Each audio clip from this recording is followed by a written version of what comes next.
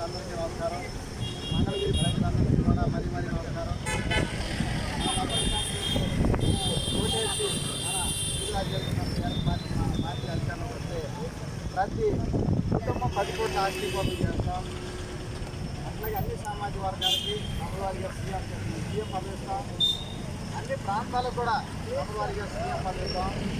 ఇంకా ఎప్పుడు కూడా మన రాష్ట్రం ఎండిపోవాలని ఎవరు కోరుకోరు. ఇక ఎందుకంటే 1-2% వాళ్ళకి మాత్రమే ఎప్పుడు రాజధాని ప్రకటించుకుంటా, ఔటర్ రింగ్ రోడ్డు ప్రకటించుకుంటా వాడు పొలాలు కొనుక్కొని, అట్లాగే పొలాలు కొనుక్కొని 10-15 వేలకి హైటెక్ సిటీలు ప్రకటించుకొని డెవలప్ చేసుకొని వాళ్ళు 30-40-50 కోట్లు కప్పుకుంటారు తప్పితే ప్రజలు ఎప్పుడు ఓటేసి పేదగా మాత్రమే మిగిలిపోతున్నారు. పేదలు నేను ఆలోచన చేశా, ఎప్పుడు ఈ పేదలుగానే మిగిలిపోతే ఓటేసి ధనికులుగానే అయిపోతున్నారు తప్ప మరి పేదోళ్ళు ధనవంతులుగా మారాలంటే ఏం చేయాలి?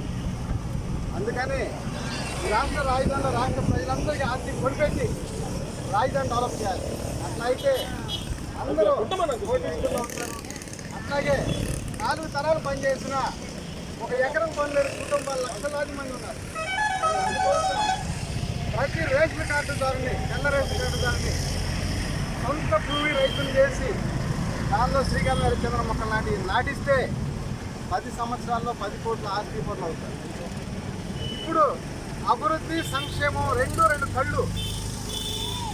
అభివృద్ధి అనేది భావితరాల భవిష్యత్తు, మన పిల్లలు, మన మనవాళ్ళు, ముది మనవాళ్ళు డెవలప్ అవడం కోసం. సంక్షేమం అనేది 1000, 2000, 5000, 10 ఇచ్చినా అది తాత్కాలికం. ఇప్పుడు ఖర్చు పెట్టుకోవడానికి అవి కూడా ఇద్దాం.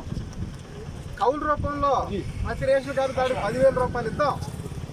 ఇప్పుడు ఖర్చు పెట్టుకోవడానికి తాత్కాలిక ఇబ్బంది లేకుండా ఉండడానికి సంక్షేమం.